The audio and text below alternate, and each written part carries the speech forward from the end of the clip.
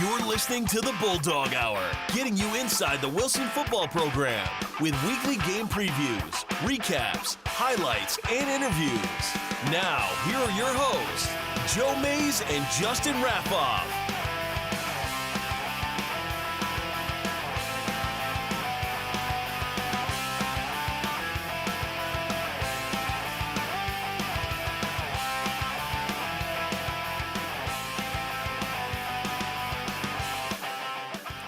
Good evening, everyone, and welcome back to the Bulldog Hour. I'm one of your hosts, Joe Mays. Here with me, as always, is my co-host, Justin Raffoff. Yeah, it's great to be back. Thankfully, we didn't have as much traffic on the way back from Penn Manor, or the show might have had to be pushed back, Yeah, we might still be driving. Yeah, that was fun. It was the exact opposite of that. We didn't get to pay our respects to the Sugar Bowl until after Wilson's dominating 58-0. Oh, but we win. made it count. Yeah, we made it count. I started talking to you and my dad about what food we were going to order, and as I start rattling it off, I think both of you were looking at me like, you're insane. So I had my doubts, but I knew it was within the realm of possibility, but your dad was looking at you like you were insane. And how many leftovers did we bring home? None. Yeah, we ate everything. Where there's a will, there's a way. That's right. We all have to overcome challenges. and we did that. Right. We stepped up. Yep. We stepped up. We ate the food that we ordered. We stepped up and left. sat down and we ate. So yeah, it was a good time. But there was unfortunately there was an accident on 222, Yes. which I believe closed both sides of 222. Yeah. So traffic was ridiculous. It took 2 hours to get there. Us and some coaches were showing up, it's like 45 minutes before kickoff, which is very unusual, especially for the coaches. At least we didn't need to go get a cord this time. No, we didn't have to also stop anywhere for anything.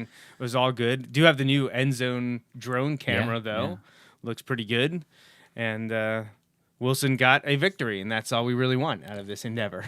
Yeah, that was about the end of the drama. Yeah. It was. I mean, we previewed it last week. We said that this should be a win for Wilson. Yeah. It shouldn't be ever in doubt. And I would say it was never in doubt. It didn't always look pretty. Yeah. And, you're looking at a box score or just the final score of 58-0, thinking, well, how could there be anything to fix? There's a lot to fix. The first half, right, by and large, was sloppy and slow, and there were turnovers. Yeah. A defense, you honestly can't probably say much about the defense. We'll get into that here shortly. Kind of absurd numbers being thrown around on the defensive side. Yeah. And look, the offense figured it out. It just they were fine. took some time. Right. And for whatever reason. And I think some of that, too, is you can fight it as much as you want. But when you know that's going to be the case, it's really hard. It's very difficult to sometimes motivate high school and students to stay focused. Right. The attention to detail, the focus, it can be really tough. But, hey, they did what they needed to do. But there's plenty to work on and clean up. Yeah, and obviously the coaches talked about it immediately. I'm sure they talked about it at halftime, too. Right. Talked about it after the game. And look, this coming week probably can't be viewed much differently. Yeah. This is a McCaskey team that is struggling. They already lost to Reading, I believe. Yeah. So when Penn Manor barely beat Reading 19-16. So while McCaskey, we know about their athletes, we'll talk about them here. We'll preview them at the end of the game. This is another game that Wilson will be, favored by or favored heavily. Yeah. It shouldn't ever be in doubt once again. And that should get the Bulldogs to 8-1 and in the driver's seat for controlling their destiny in most respects in terms of their goals. You beat McCaskey, and then week 10, it comes down to the game at Manheim Township for the Section 1 title. Yeah. And that has the potential to be a monster game. Assuming both teams handle their business this week. Right. That's going to be a monster. Well, Manheim Township, I believe, plays Penn Manor. Yeah. I meant that as in, like, it didn't really matter who they play. I assume they will. Knowing it's a league game, I assumed they would handle their business this week.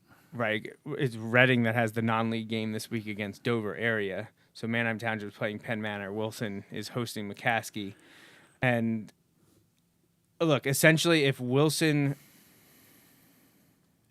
Well, let's slow down. Let's talk about Yeah. the Penn Manor win before we get into Also, discussing Penn Manor having to play Wilson and Manor Township back to back. I don't care what team you are, whether you're struggling or Now not. look, That's brutal. Hey, that Penn Manor was coming off a 2-week layoff to play Wilson as well. True. Because after we had the show last Sunday, we found out that the supposed Penn Manor Garden Spot game that was to be played last Tuesday, because of the weird bye games or bye weeks for each team spread out week 7 and 8, on again, off again, ended up being off again and not being played. So Penn Manor only has 9 games this year. Garden Spot only has 9 games here because they did not play on Tuesday as was scheduled and expected at this time last week, at least when we went on the air. So no 10-game season for those teams, and that's unfortunate. All right, so before we dive into our Penn Manor recap McCaskey preview, do want to thank our sponsors here at the Bulldog Hour, starting with my dad, Bill Mays, and Mays Sandwich Shop, and appreciate him stepping up and purchasing our Sugar Bowl food too. That was nice of the little sponsor kickback there. Though, Justin, I do have to say, I feel like we had enough people ask us how our Sugar Bowl was before the game and tell us that they also went to the Sugar Bowl. Right. That there needs to be some kind of handshake agreement here. Right. We are essentially Sugar Bowl influencers, Justin. Right. I believe so. I know the Sugar Bowl embraces the Millersville community, but we're saying maybe kick some every other year to the Bulldog Hour and the Wilson football community for the amount of business we drive on Wilson. One night Penn every Manor other game year. day. Right. Yeah. I don't think it's tough to say like a couple pizzas would be fantastic. Right. Exactly. I don't know. I mean, we'll have to see. We'll have to find out who we can talk to about that as these Bulldog Hour Sugar Bowl connection. And the influence that we have to send people to a food establishment. I mean, the sponsorship should be flowing in, Justin, if we carry that much power here. But no, we thoroughly enjoyed our meal there, and I am disappointed we didn't get to stop twice. But we did make up for it, and it was a good time. But thanks again to our sponsors, Mike Drago, MikeDragoSports.com, and White Star Tours. The Hunsikers were there. They're familiar faces at the Sugar Bowl. Also heard that the Kleins had made a stop. Right. I think we've seen them there before. I believe we have. Yeah. So maybe we can't count them. We'll say though that we'll say we'll just rattle off. This is all the people we sent your way. Right. They may have been coming before. It doesn't matter. We encourage them. That's not important. We encourage them to go again. So. Also want to thank our sponsors, besides May's Sandwich Shop, White Star Tours, and MikeDragoSports.com, the Miller family, and our 3 anonymous donors. Our next live show will be in 1 week on Sunday, October 20th. We'll recap the game against McCaskey. That's Game 9. It will be senior night, and then preview the Big One Game 10 at Manheim Township, regular season finale, and a Section 1 championship most likely on the line in that game. And Justin, schedule is Kleins and Reinigers were there. So we got Brady's family, Derek's family. All Right. I'm telling you, we got to make it work. We got to figure something else. So, yes, it's going to happen. We got 2 years. Hopefully it's no more than 2 years. Right. That we get back there. We'll figure it out. But, Justin, the live show, the football schedule now, last home game, last away game on the docket, and it just goes by so quickly. It's insane. There's only 2 weeks left in the regular season, and hopefully we have a lot more Bulldog Hour shows. But we start getting to that point where it's we're getting close to TBD. And not just with our show, but obviously with the schedule. And the last scheduled home game is this Friday night.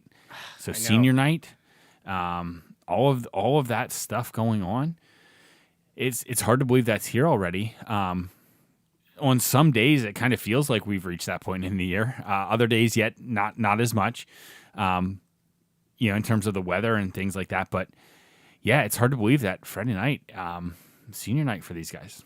Yeah, and we're going to be celebrating a great group of seniors. I think a little smaller than last year, but still a lot of seniors to recognize and honor for their last scheduled home game at Gursky Stadium. Yeah, hopefully not their last home game. No, hopefully it's not. But their last regular season home game. Right. And that's kind of up to them at this point as to whether or not this will be it. Keep winning, and you will definitely get to host another game. And we'll get into it, but there's light at the end of the tunnel. Hope springs eternal that with a win this coming week, you might be able to lock up a guaranteed home game. All depends on how other things, shape up and work out around District 3. But there is that possibility out there. Yeah. So, schedule's going down. There's only, even with the 6 away games, there's only one more away game in the regular season too. So, yeah. Wow. It's crazy. So, next week's show is our last regular season preview. Last regular season preview. That's right. That's coming up. All right. Well, I got one thing we recorded on Friday night. I'm going to play it for everyone real fast. It might become a staple maybe of the show, something we can do here. It's real fast. It's literally like 10 seconds long, but it was a fun endeavor and something that my dad said we should do. So we took advantage of it, and we'll play it here right now. You're watching the Bulldog Hour!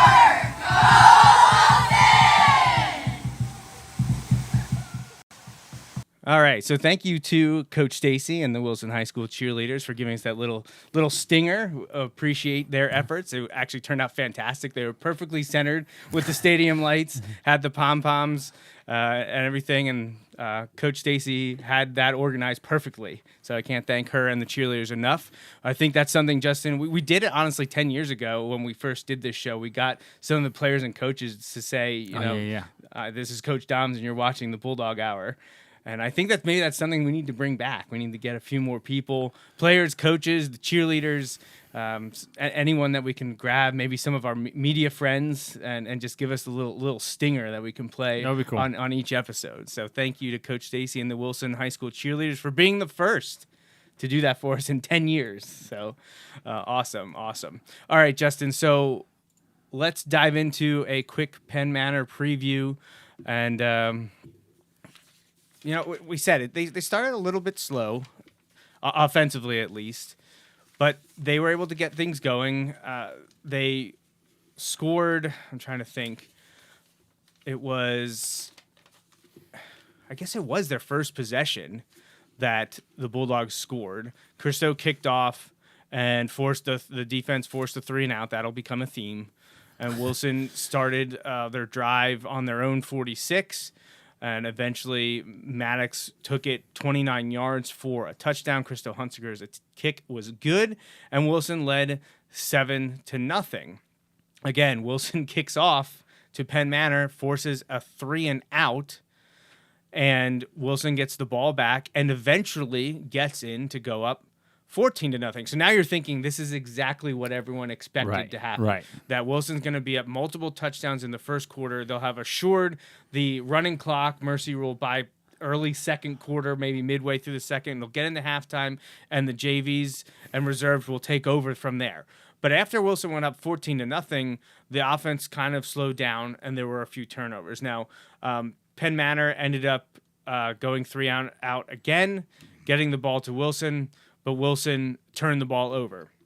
Defense ends up forcing a 2-and-out through the end of the first quarter. A 3-and-out through the end of the first quarter into the second quarter.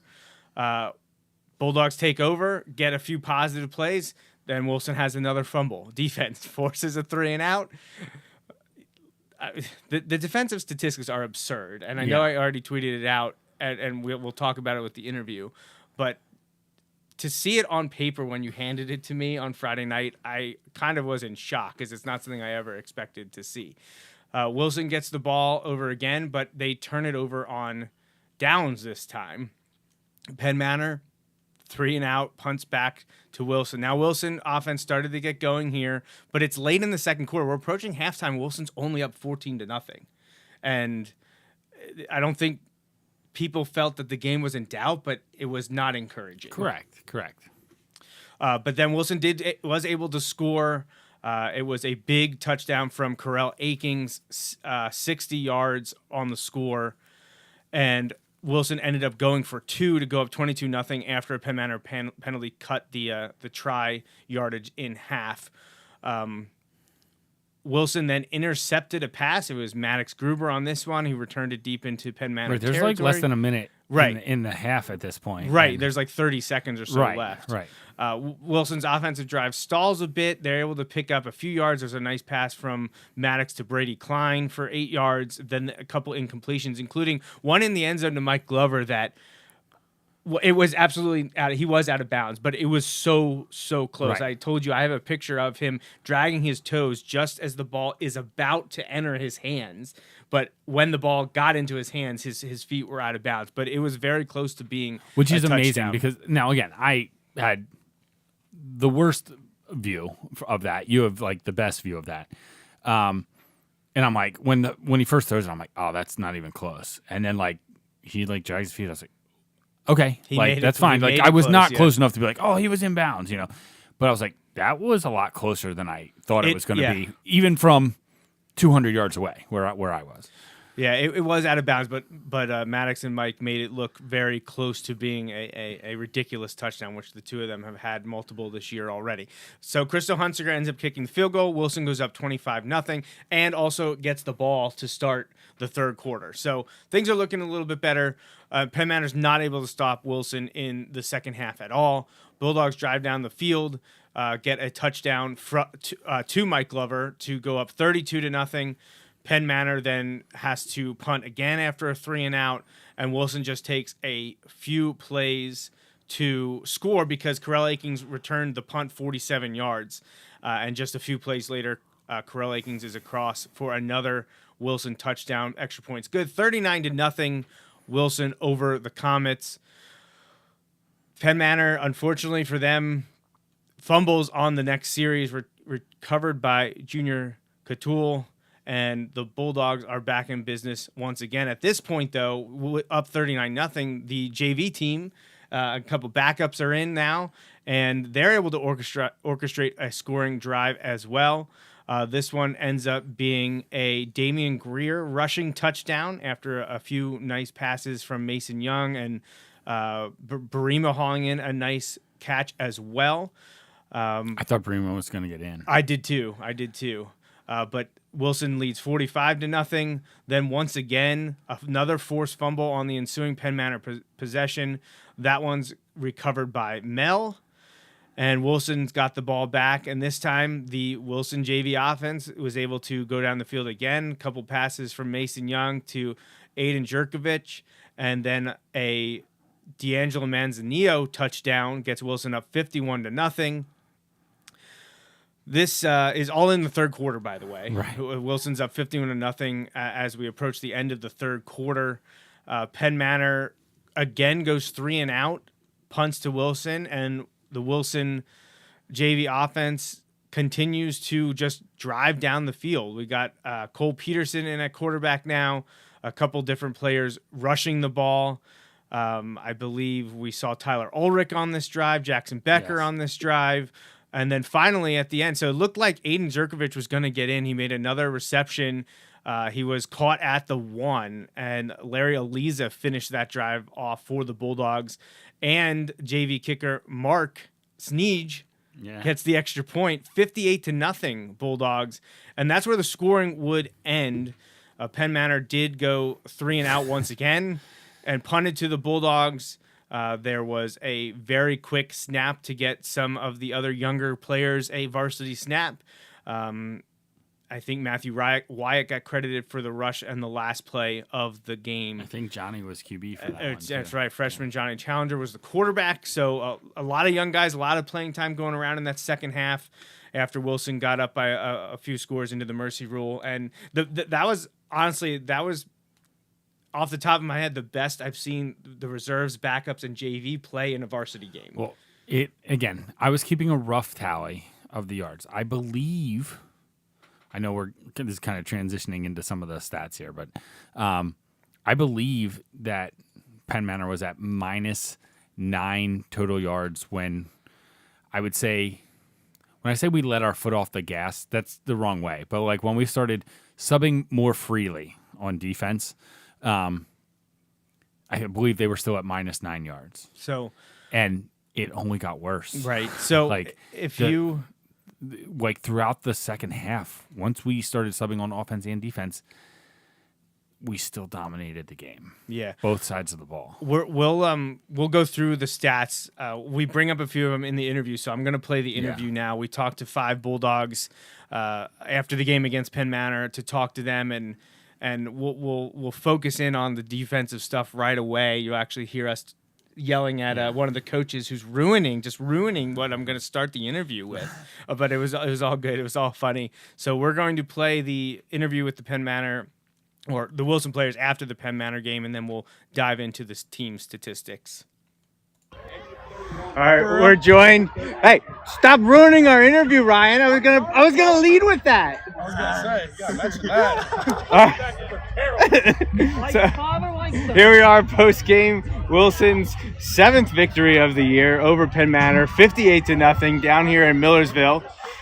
We had an incredible defensive effort tonight. It is a shutout, and as you heard Coach Wolber, the younger, say, minus 31 total offensive yards. I want to say surrender. You're not really surrendering negative yardage, though. So, guys, tell us about the defensive game plan this week. Really just flat of the ball and execute. We knew we were the better team coming into the game. And Robert was really pressuring us to execute defense and dominate every single play. And I would say that's what we did. Our position groups knew what we had to do, read their keys right, and takes you to the play. And negative 31 will result from that. I think we only ran like 4 different defensive plays. I don't even think we ran that many different things, but like just the way we fire off is definitely dangerous. And we came out with more energy, which was big from last week. What we were from last week. Yeah, the defensive energy was all over the place. Obviously, very few positive gains for them, and overall, not enough positive gains for them. I'm not sure they had a first down. They did not have a first down the entire game. There are 4 zeros to lead the top of the stat sheet. Offensively, things did start a little slow. It took some time to get going, but obviously you put up 58 points. Things clicked eventually. Corell, you're leading the way here today. 94 rushing yards, 2 touchdowns for you. What was the offensive game plan like this week? Try to attack outside. Keep following our blocks with the tight ends and the linemen, just finding the hole in the seam and then just going to score. Junior, Derek, lineman, what did you see? Like Walter said, LCD said the same thing. We were the better team this week. It's just a matter if we were going to come out and show them that we were the better team. And up front, they didn't really foul the ball very hard at all. So we knew we would have success running the ball. And pass the ball always management, do something crafty back. We just knew we had to execute on all sides of the ball. Well, yeah, you mentioned him, Derek. Maddox Gruber, 59 rushing yards tonight, 2 touchdowns. He was also 14 of 20 for 136 yards and a passing score, which went to Mike Glover.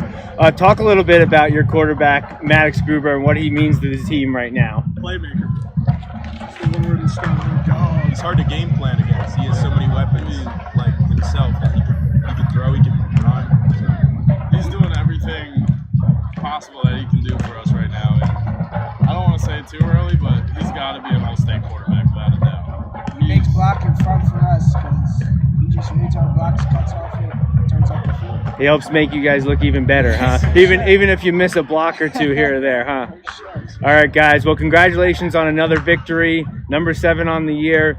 Got it done, 58-0. I'll have to check when the last Wilson shutout was, and I know you'll be celebrating with pizza, which sounds fantastic. But I know you're hungry now. We're hungry now. So thanks for joining us. Good luck next week, and hopefully we can talk to you again soon. Thank you.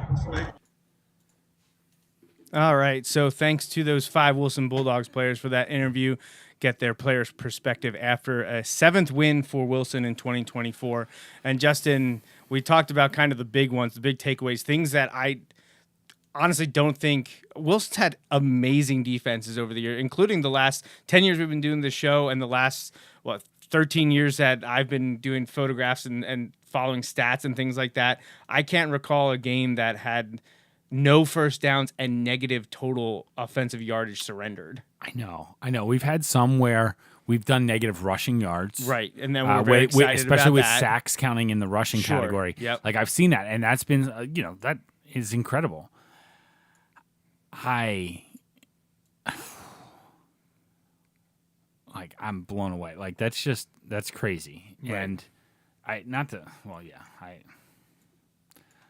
It's something. Like I don't the defense played great. But Right. man, it was right. It was tough. It was tough. That's one way to put it. Sure. And that's not to take anything away from our guys. They did exactly what, and they said in the interview. The coaches had them prepared. They went out. They executed. There were a few times where you could tell, man, they got their reads right. You know, they were making the right read, and they ran almost everything out of two backs, and they pitched to the left, and our right outside linebacker just destroying guys. That would be cleanly. Christo on a few occasions, right? for sure. And it's just like, oh my gosh, like I don't know. Hey, our guys did a great job. They executed. Yeah, they executed the plan, the game plan to perfection. On a quick separate note, Penn Manor could be in for a long night this week Next too. week too, against Township. Sure, yep. But they did their job, and they did get out then. You know, they were able to get out. They were able to get lots of guys in, which was cool. And like you mentioned, just contributions. And they played well. Literally throughout the entire lineup. Like, not just guys getting in and milking the clock. They were going in, they were executing. And maybe that's also a sign that it's the middle of October, not, September.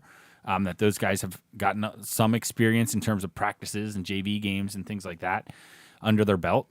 But they went in and they made the most of their time in there, which is all you can ask. And we've mentioned this before. Those snaps, while some people would consider those meaningless, that's important to get guys experience there, because then they're ready for the next step, which gets them a little bit more experience. And they're ready for the next step when they're stepping up and being the contributors, the big time contributors. Like, it's all part of that progression. Some of them next year already. Right. It's all part of that progression. We saw a lot of sophomores getting time, some freshmen getting time, and a lot of them could be asked next year to have a big role with, I know it's a young team this year, but there's very talented sophomores and freshmen that we don't know very well right now that could be a big part of next year's team. And now they've got some time to show us what they can do. Yep. So, excellent. There was a lot of people up for Player of the Week from us here at the Bulldog Hour. I know the coaches will have their Tobias Frog Player of the Week. I already know who is getting that. I just got to make the graphics and announce it. That'll hopefully be coming sometime tomorrow. But Bulldog Hour Player of the Week, Justin, we talked about, can we give this to the unit, the defensive unit? Can we highlight the defensive coaching staff and that side of the ball, what the players were able to do? Not just the starting 11 or, the 12, 13, 14 guys that rotate in there and play a lot. But I mean, it just went down the entire depth chart. Even when the backups and the reserves, the second unit, the JV, everyone was doing their job so flawlessly. It was hard to really single out anyone on that side of the ball. But we looked at offensively, people putting up some numbers, and someone that just because of the way the season has gone, because it's gone so well by and large, and really the one setback to Nazareth, there was so much to point out and so many good experiences there that it's been tough to pass this imaginary trophy around from us to everyone that's deserved it. And I think we finally found a spot where we could get this in the hands of someone that is used to carrying things around the field, as well as into the end zone, because he's not only an offensive star, he's also a defensive playmaker and a playmaker on special teams. So despite the ridiculous game from the defense, we're actually going offensive on this. Although, like I said, he's a defensive starter as well, and someone we've highlighted many times as we've talked about the defense, including his pick 6 against Mifflin just a couple weeks ago. But we are going with junior running back and defensive back Carell Akings this time. Since we've been talking so much defense, we can mention that he had a tackle, including one or half for a loss this week, and a pass breakup. Penn Manor wasn't throwing the ball a ton. They were trying to be a run-first offense, but Carell was making some plays on defense as well. Offensively, though, he was very close to 100 rushing yards. He had 94 with 2 touchdowns. Of course, he had that long of 60, averaging 7.8 yards per rush. He also pulled in 4 catches for 35 yards from Maddox Gruber. And then he also had a 47 yards gained on 2 punt returns. So Corell Akings, believe it or not, had not yet been named our player of the week here at the Bulldog Hour.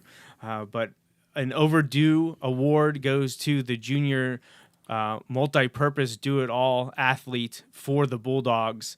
I think that's the right choice, Justin. Yeah, and I'd love to be able to get to him a few more times. Yeah, absolutely. Obviously, there were many people that could be up for this. Once again, E.J. Brownback led the team in tackles, 4.5 overall, 3 for loss with a sack. He is actually has a potential to has a potential to break into some of the lists on the Wilson Stats book, get into at the bottom of the rankings of tackles for loss, possibly sacks. Maddox can actually join him on there for pass breakups and interceptions in a season and a career.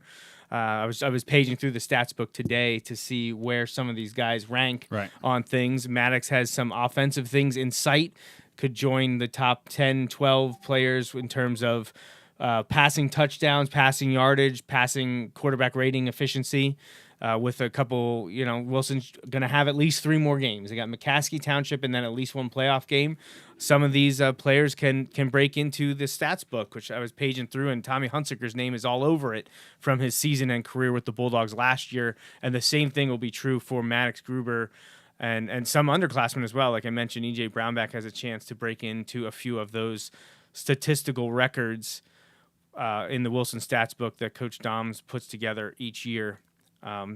Based on the research done for decades by Rich Romich and the Wilson Football Tradition Club, and Barry Aiello offers these up to sale for anyone that's not a member of the Tradition Club. You can see him at the McCaskey game this Friday night pregame. Anyone that's a dues-paying member of the Tradition Club can get a book for free. It's an awesome resource. If you're into Wilson football stats and history, you definitely want to pick one up. So, anyway, congratulations to junior running back, defensive back, and do-it-all returner Corell Akings for getting our player of the game this week, Justin.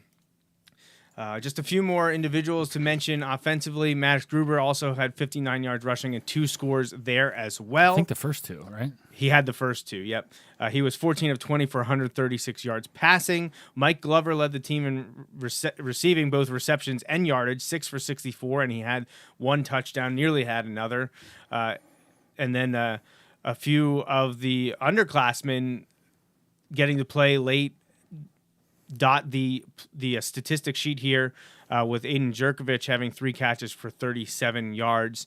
Again, there were multiple people, I think, and 9 different receivers had a reception in the game for the Bulldogs, and 10 different players had a carry in the game, including touchdowns for Damian Greer, D'Angelo Manzanillo, and Larry Aliza. So spreading the ball around, getting people time. You'd love to see it. Team statistics. Penn Manor had 0 first downs and minus 38 net yards rushing, 7 net yards passing for a grand total offensive yards of minus 31, which I don't even know what to say. That's absurd numbers. I was standing there as I'm recording the parts of the game, and I'm just thinking, man, this is gonna really adjust some of the season averages. Yeah, really. Wilson gained a total of 423 offensive yards, so they're net positive 454 yards over Penn Manor. Penn Manor averaged negative 1 yards per play. That's hard to do. Yeah, it's hard to do. It works out in Wilson's favor here, but it's not something you want to experience. I hope Penn Manor can get right and get things moving. Right. I am glad that Wilson went out and handled their business. Right. If I take a step back from my Wilson perspective, which we do not do all that often on the show, we'll make references here and there. I really hope Penn Manor can find something, and get going to. Look, I'm not saying I hope they, because to be honest, no, I don't need those close games of a decade plus ago. I don't need those. That's okay. However, I felt bad for them Does that make sense? Like I felt bad because Right. there's kids I like completely they're agree. going out and they're working. It's not that they're not trying, like it's just for whatever reason it's not coming together. And I just when it comes down to it, I'm not watching an NFL game. Right. It's not their job. These are just kids. No, they're just kids. And like I wish more for those kids. Does that make sense? Right. I would like to see them be able to put it together, have a good end of Right. the season, We- and come back stronger next year. Right. We talk a lot about how like football can do a lot for so many kids, right? And that can be for lots of reasons. And one of those reasons can be because it's hard. Like it's hard. And I just feel like I want it to be good for those kids too. Right. And not just hard and demoralizing. I want them to have some. And I'm not saying they're going to beat Manheim Township this week. That's not Right. going to happen. No. I just mean like to have success where their hard work is paying off in Right. some tangible way where they can like see success and stick with it and And, keep improving. Honestly, to me, it's a bit unexpected. Yeah. And I'm sure deflating in the locker room because they returned 16 starters. Yeah, and they won what? They were in a row at 4-6 one point? last year. Yeah. They started slowly like they did this year, but they were able to put it together and get some meaningful wins at the end of the season. And it hasn't worked out. Everyone talks about how well they do over the summer, but it was no different with Penn Manor. Coach Brubaker's been there now for 10 years. He mirrors our show. He got the job at Penn Manor when we started this show here, Justin. And it hasn't. There's been seasons here or there where you look like they're building for the future, but then they take a step back. And I have no idea what the answer is there, but it's a big district. It's a good athletic program. It's unfortunate to see them struggling the way they are, but hopefully they can. I mean, they can still string have like some it would performances together. appear as though there's community support there. There were a ton of people. There were there a lot of people there. Now I know it was homecoming, but like there were a ton of people there. So, actually, speaking of the Penn Manor faithful, I actually had a discussion at halftime with the 4 game operatives that were over there for down marker, down and distance. Great guys. It was fun to talk to them. And they just pretty much told us everything that we're always telling you, that we've got an incredible head coach and coaching staff and talented players. Right. And they had nothing but great things to say about the program, which is what you want to hear. Like, because a lot of times, especially hyper locally, when you're dealing with fans of very local schools, not real necessarily LL schools, although I'm sure there's a few LL schools that have a lot of choice words for Wilson as well. But you hear we get a lot of crap. Right. But the Penn Manor had nothing. These gentlemen had nothing but positive things to say. And we reminisced about what you just brought up a few minutes ago about a dozen years ago when Penn Manor had fantastic teams. We could see them rising to the occasion in 2011, and then they burst onto the scene in a big way in 2012. That was the year that Wilson went to Millersville to play Penn Manor, ended up winning 14-7 on a Dominic Negrelli pick 6 in, I believe, the third quarter. I'd have to double check on that. I'm pretty sure it was in the second half, unless it was the end of the second quarter and it was just a slugfest the rest of the way. But it was the decisive points, 14-7 victory in what was junior quarterback Matt Timochenko's first official start for the Bulldogs down at Penn Manor in a game that was for possibly the section championship. Was the underclassman quarterback's first official start. Now, he'd been playing off and on throughout the first 6-7 games of that year, but it was his first actual start for the Bulldogs against Penn Manor, who I believe was also undefeated at the time, or maybe only had one non-league loss or something, because Wilson had fallen to Harrisburg earlier that season, but it was flawless in the league. Of course, this was the time where Wilson contributed to 9 consecutive LL1 championships. Then the next year, 2013, actually was even more of an epic battle between Wilson and Penn Manor. This was ended up being at Gursky. Penn Manor was returning a bunch, including stud Charlie Bell. Wilson graduated basically everyone, but Matt Timochenko was back at quarterback, and there were a bunch of people being replaced. And this was the summer of 2013, where there were people saying that Wilson would be lucky to win 6 games. And all the Bulldogs did was go undefeated and be a Joey Julius kick away from making the district championship game again. But first, Wilson had to overcome a 14-0 halftime deficit against the Comets at Gursky. And obviously going undefeated and winning another championship means that, yes, Wilson did come back and beat Penn Manor. And then we got to play him again like 3 weeks later, again at Gursky, because we were, I believe, the 1 seed in the district playoffs. And Penn Manor came back to Gursky, but Wilson dominated that time and shut them out, won 20-0. That was a fun season. That 2013 season was pretty outstanding. Just because entering the year, everyone told us how bad we were going to be, right? At least by Wilson's standards. Right. We're lucky to keep the streak going. Will they win 6 games? That's all they need to do. And undefeated run through the league, and winning another section championship and taking down Penn Manor, who thought they had us. Right. And that was their year. That was their chance, because they dropped back in 2014 and honestly haven't had much success since then. Right. So that is your history lesson for today. But this one comes up all the time because I love talking about Penn Manor, because I love going to the Sugar Bowl and visiting Millersville. And I remember those games about 12 years ago against the Comets, and some of those players that they had. They were fantastic. So, all right, that's it for the recap of Wilson's 34th win against the Comets. Wilson is a perfect 34-0 against Penn Manor now. And, well, before we dive into the preview of the game against McCaskey, I did want to highlight one thing that ended this weekend, and it is the annual youth flag football camp for Wilson students in kindergarten and first grade. They had a great time Saturday morning on Gursky. I think it was the first time they were on Gursky this year because of the fall sports were always occupying the stadium. So they got to finish in style and play on Gursky. A lot of young players out there. Great turnout as always. Appreciate the football athletes coming out and supporting the kids, and everyone had a great time. As always, it's a great camp. Honestly, it's the thing that I receive the most requests for information about, especially like once the new year comes. I've already got people saying, like, do you have any information on flag football? I was like, not yet, but as soon as it's available, I will make sure to post it, because I know it is a big event for the young Bulldogs across Bulldog Nation. And it was a great time, and a variety of the Wilson football varsity players make it there over the 6-7 weeks that happen. And we thank them and the coaching staff for their time this year with the flag football clinic.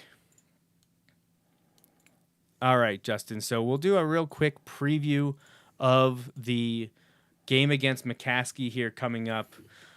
They are struggling again. They do have a couple wins this year, though, Justin. They got one early on, and I thought they were going to get another against Reading a couple weeks back, but Reading actually took it to them pretty good. But yeah, so they won 2 of their first 3 games. McCaskey did over John Bartram, 41-14 in week 1, and then Elizabethtown 7-0 in week 3.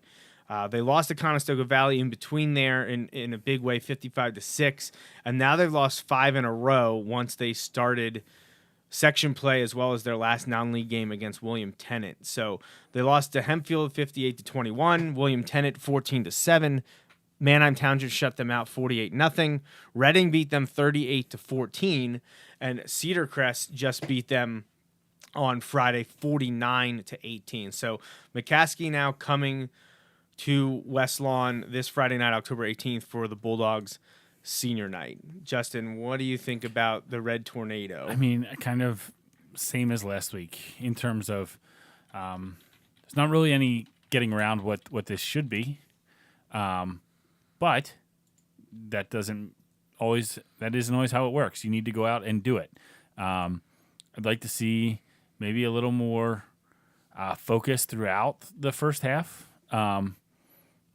And, just kind of like the attention to detail and execute on things, just so that you're not like trying to stick around and have, a couple big plays right before half to kind of really spread things out. Like, just do what you're supposed to do.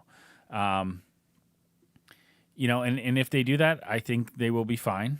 And yeah, we'll kind of see, and we'll go from there. Now, McCaskey is similar to Penn Manor in that they're returning a ton of starters from last year's team. They have 17 back. At least that's what the season preview said going into the season. 17 back. Now, McCaskey has not had a winning season since they were 7-4 in 2010. So it's been a while for them, but their quarterback, excuse me, Jalen Cintron is back, and they have some great athletes in DeAndre Jones and a few other guys. Let's see. Marquise Washington is the big guy in terms of their backfield. He and Jones have accounted for over 100 carries so far, with Washington taking it 83 times for 407 yards and 4 touchdowns. Jones has scored 3 touchdowns as well. Armani Rivera will also see the ball a few times, and Jalen Cintron has called his own number 16 times as well. Cintron has attempted 170 passes and has thrown for over 1,100 yards with 8 touchdowns and 3 interceptions. So he's getting the job done. So he's throwing a lot. Yeah, so he is a very good quarterback, dual threat kind of guy. And with Washington and Jones on the field. What'd you say, 170 attempts? 170 attempts. So that's more than 20 times a game so far. So and he has the ability to be a rusher. He just saves it because he's only rushed 16 times. Now Jones in relief and on trick plays has actually attempted 30 passes as well. So you got to be careful with that. Receiving wise, 2 big names to watch out for. Alice Ramos, 25 catches for 432 yards and 4 touchdowns, and surprise, surprise, DeAndre Jones again. So throwing it, running it, catching it, DeAndre Jones with Jalen Cintron, those are the 2 big names to pay attention for. DeAndre Jones has 35 catches for 425 yards and 2 scores. 2 scores also for Jones Hawkins, and Marquise Washington, the running back, has also caught 17 passes. But, you know, they have offensive weapons. They can move the ball. They are struggling defensively. They've surrendered 276 points so far this year. They've scored 114, so they're what is that, minus 162 difference in between. They're a veteran team, a lot of guys with a lot of experience, but they're just not able to put it all together. Right. They have some electric players, but wins have not been easy to come by. So they're sitting at 2-6, haven't won a league game yet. Don't know if that'll be possible for them going to Wilson here. They get Penn Manor in the last week, and we just talked about the Comets struggling this year as well. If one of those teams can stay focused and not have given up on the season after some disappointing returns, you could see one of them break through.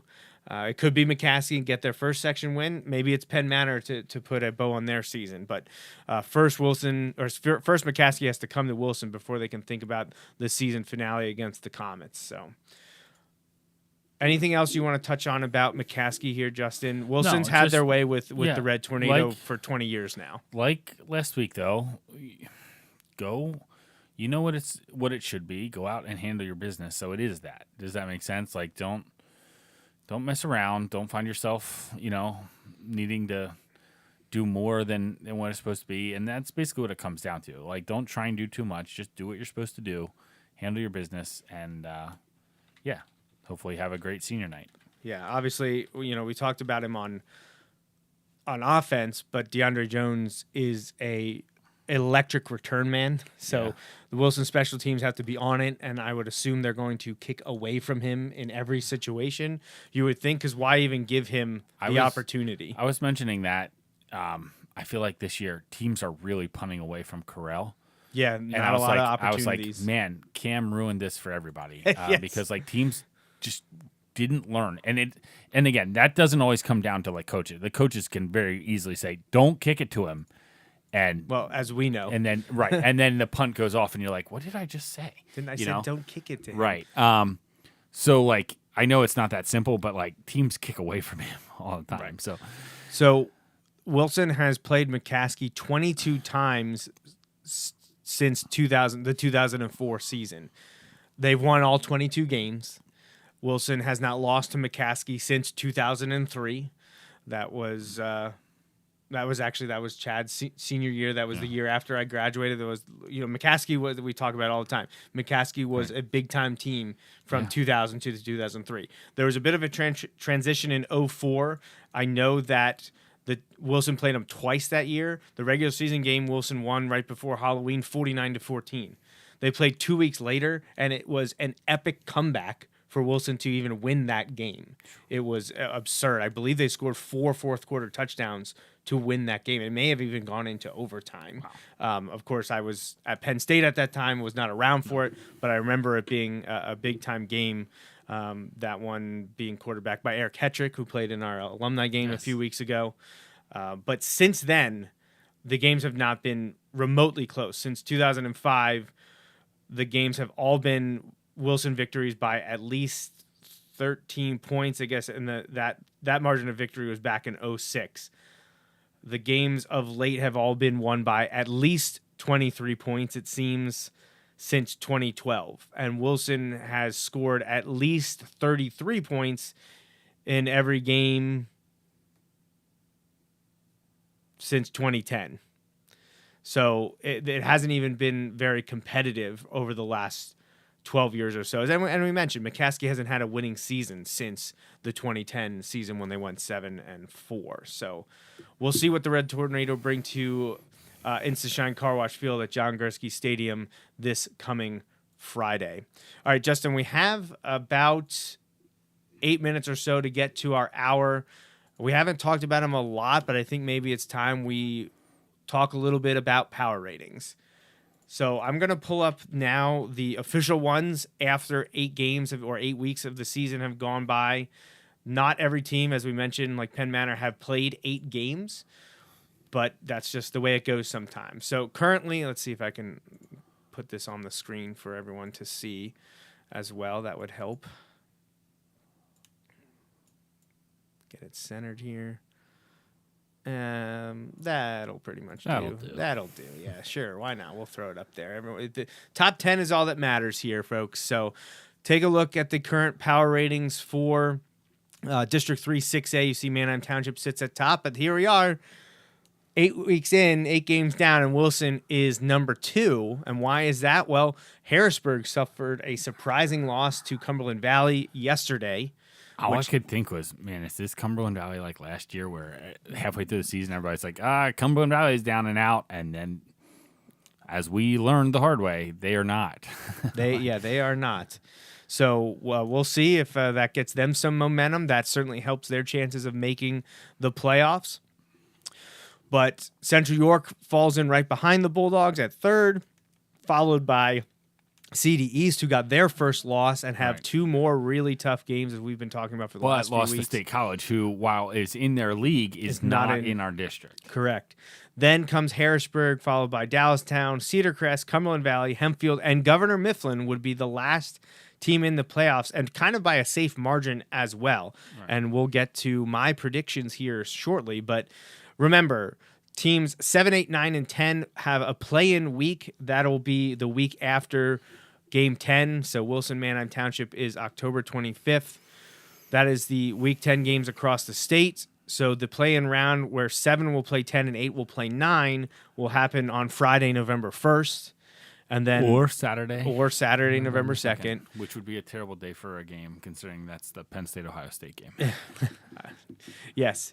And for those of us planning on going for a brief vacation, that too. Also. But that was the anxiety in me before the season. Was like, man, I need Wilson to not play in that game because no Ghostbuster releases this year. If it would be a Friday, it'd be fine. But Saturday would be a no-go, and that Harrisburg game always sits there and lingers and like to mess things up.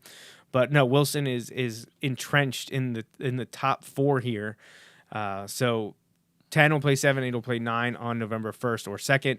And then the remaining 8 teams, the 6 that had a bye, and then the 2 winners from 7, 8, 9, 10 will play on Friday, November 8th or Saturday, November 9th. And that is where you will find the Bulldogs. And I will post here now. Is this the first time we're showing my predictions? I think we talked about it a couple weeks ago. We talked about it, but we have not shown them. All right, so I have it here. Let's take a look. Now, this is the only changes between the two I'm going to show you here is the outcome of the Wilson Manheim Township game. And to try to be non-biased, I just went with the team that was undefeated to win that game. So this projection right here shows Manheim Township beating Wilson in Week 10. The 1 seed. The seed's holding, basically. Right, exactly. Manheim Township is ranked 1, so I have them right now for this view I have them winning that game. So if Wilson, and this is obviously assuming the Week 9 games have all happened and Wilson beats McCaskey, and I'm predicting a lot. Like I'm predicting a ton of games. Every game that every one of these teams has played. And some of their opponents, because that matters. Or all of their opponents. So a lot of games are predicted. This can shuffle around. It's a pretty good view because as I was updating my file, I didn't have to make a lot of prediction changes. Right. So I did a pretty good job of predicting who would win or lose here and there from teams that are not Wilson or LL Section 1. But I got to do all of District 3, 6A, and then all of the opponents that they play non-league. So like you're doing, just to give an example for people, you're doing Nazareth, every Nazareth Cheltenham, game, Plymouth every Whitemarsh. Plymouth Whitemarsh game, every Cheltenham game. Plymouth Whitemarsh has not lost since they lost to Manheim Township. Yeah. Nazareth is now winning again, although they have two tough games to finish. They do. Mifflin is ready to roll. If they could pull an upset, I need them to win the Ephrata game in Week 10. Right. These that are could all be for a playoff spot for them. Right. Too. These are all very important games for Wilson because it impacts us. We need our non-league as opponents opposed to win. to, I don't know, was it last year or like the year before where we got Our non-league opponents were help. not helpful. No, they were not helpful. Right. So they're doing better this year. Nazareth maybe not as strong as we had hoped. Right. Plymouth Whitemarsh right where we expected them to be. Only losses to us in Manheim Township so far. Could use a couple more Cheltenham wins. Would be nice. And Mifflin, we need them to keep rolling as well. Right. We need them to make the playoffs. And so that's what it looks like. So top 10 make it in this scenario. Cumberland Valley would host Hempfield in the 7-10 game. The winner of that would get to go to Manheim Township. And then the Cedar Crest Mifflin winner would get to go to Central York. Where's Wilson? When Wilson sits there at 3, again, this would be Wilson finishing 8-2, Wilson being at 3, but it's very close with Harrisburg, the 3-4 spot. It is separated by only .002. Right, which is where when you get into, this game, there was an Opponent winning upset losses, somewhere. Yep. And when you look at, like, not that it matters, but like Mid-Penn, they've and remember, different teams that they play. The Mid-Penn, though, only has one non-league game. Yes, you're right. So their non-league opponent and they were all is week very one, important. Right? Were they all week 1? They were all week 1. Right. So yes. Yeah. So that is in Harrisburg's no. Oh, Harrisburg's was the South. That's right. I was like, Harrisburg played. Theirs was the South. So. Helping Harrisburg is their non-league opponent was LaSalle College High School, who has beaten St. Joseph's Prep, right, and is rocking and rolling. Now they may be playing some bigger schools, but out of state doesn't count towards power rating. Right. But I think those were all earlier in the season. I think now they're going through the Philadelphia Catholic League, and if you beat St. Joe's Prep, you are top dog.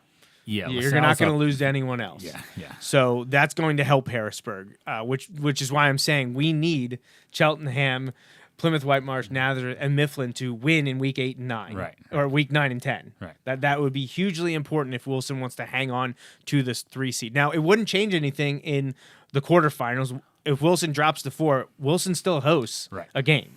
Not a big deal. However, it could be a big deal down the line, depending on how things shake out. Right. And also, you want to be in front of Harrisburg because you don't want to have to play on a Saturday. You want to make them play on a Friday. Come to you.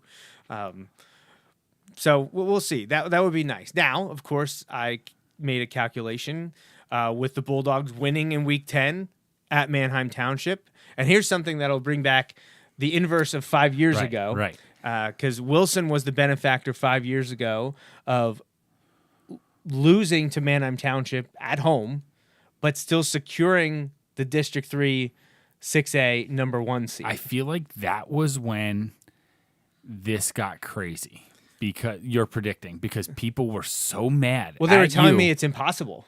Right. No, it's not. It's their math. numbers. This is math. Math is math. Like, it's not difficult. It was Manheim Township. People were telling me, no way, that can't happen. I'm like, yes, it can. Like, what do you? I'm not. This has nothing to do with me. I am telling you what the numbers say. And you were right. And I was right. And Wilson did have the number 1 seed over Manheim Township, who they had already lost to. But it happens. However, it means Wilson with a victory over Township, even though they don't get the number 1, which matters less this year because guess what? The district championship's at a neutral site, so it doesn't matter. But if you get to 2, you're guaranteed home field until the district championship game. So finishing 1 or 2 is very important. So Wilson beating Township and getting up to 2, which they would comfortably ascend to, Right. based on my predictions, is a big deal. And also, you win a section championship. Right.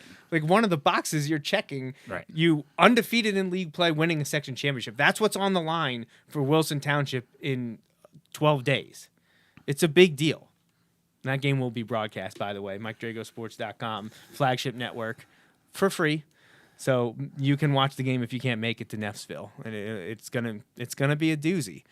But Wilson's got everything in front of them still. Everything. That last minute loss to Nazareth, does it matter in this? Sure, it matters in this. But for all your goals, for all intents and purposes, it's not a big deal. Right. Other than having the chance at a completely undefeated regular season, which doesn't happen very often, even at Wilson. Right. It's only happened like 14 times in 80 seasons so far. 80 seasons. We already lost, so it can't happen this year. So we get another flag. That's right. Yeah, you're working for a flag right now. And the only way to get that is to win either Section 1 of the LLE or a district championship. All that's still on the table. So there you go. There's my power rating predictions for District 3 6A with Township winning in Week 10 and what you're seeing right now, Wilson winning in Week 10. What would that mean for matchup-wise? Well, Wilson's the 2.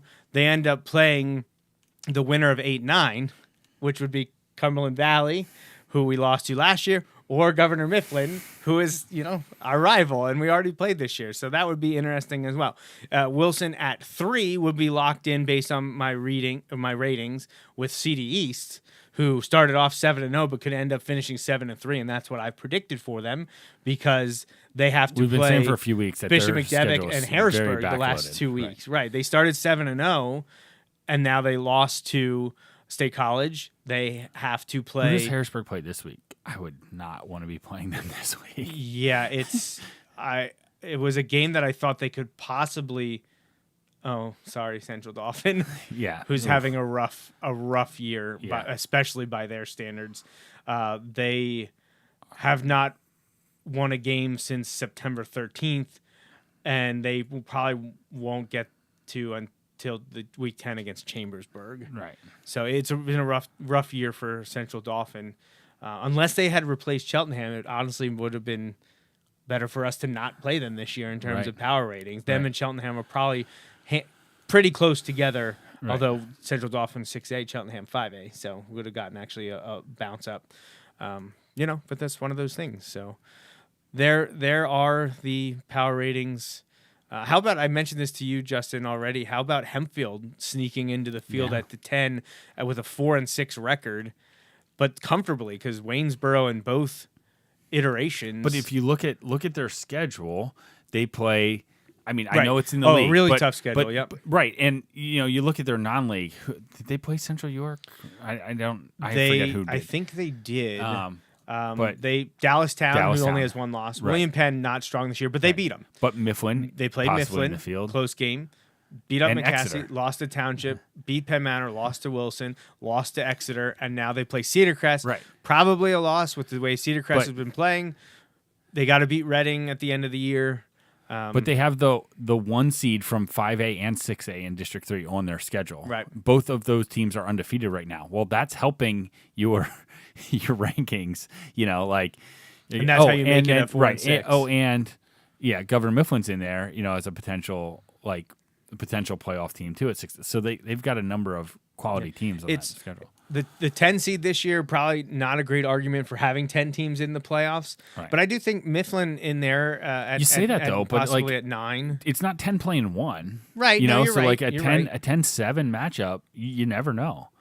Especially if that's a school like I'm just looking at the current ones, especially if that's someone like Mifflin who just presents a different offense, Unique challenge, especially at the 5 and 6A schools. Mm-hmm. I feel like at the smaller schools, you're more likely to see that style of offense a little bit more. And so you might see that 2 or 3 or 4 times a season.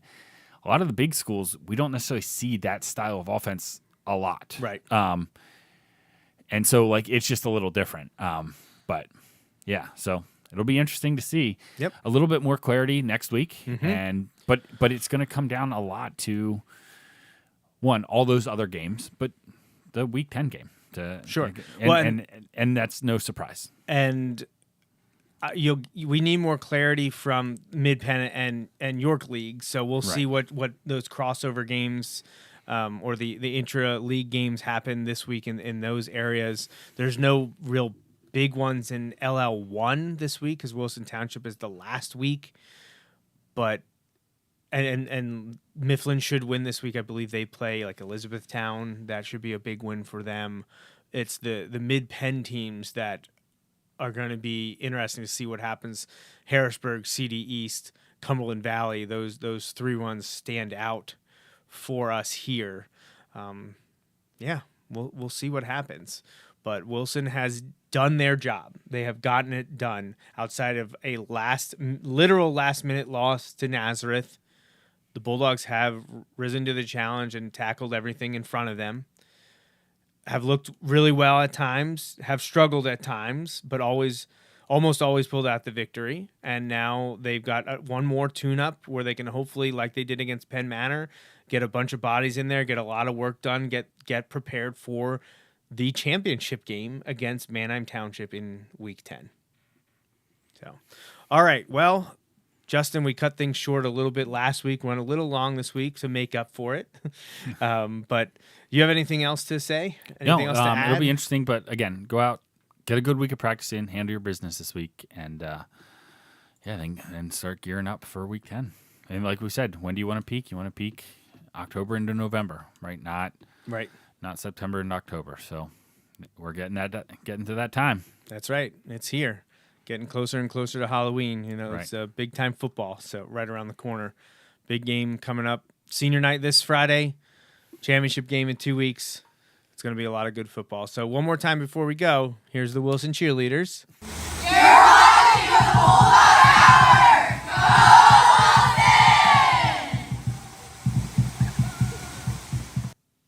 Wilson! All right. So for Justin Raffoff and the entire Wilson football program, I'm Joe Mays. Remember, until next time, go Bulldogs. Thanks for listening to this week's episode of the Bulldog Hour. Want more Wilson football? Follow the show on Facebook, Twitter, and Instagram. Subscribe to the podcast on iTunes and SoundCloud. Or visit www.bulldoghour.com. The Bulldog Hour is a featured program on jmnjrradio.com.